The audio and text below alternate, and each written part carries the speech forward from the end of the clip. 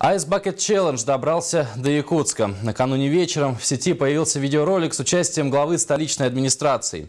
На видео Айсен Николаев обливается холодной водой. Причиной такого действия послужил международный флешмоб Ice Bucket Challenge, организованный благотворительным фондом ALS Association.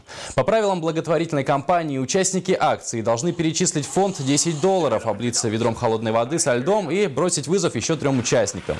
В кампании активно принимают участие знаменитости. Так, испытания льдом прошли основатель социальной сети Facebook Марк Цукерберг, экс-глава компании Microsoft Билл Гейтс, актер Вин Дизель и другие. В акции приняли участие известные люди России, в частности футболист Александр Киржаков, политик Владимир Жириновский и артист Михаил Боярский. В отличие от зарубежных участников акции, россияне делают пожертвования в отечественные благотворительные фонды. Так, Айсен Николаев пожертвовал средства Республиканскому благотворительному фонду «Праздник жизни», а перед тем, как принять испытание льдом, бросил вызов мэрам других городов.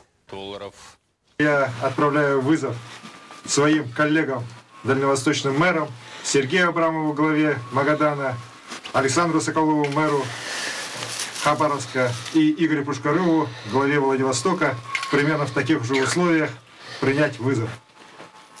Давайте.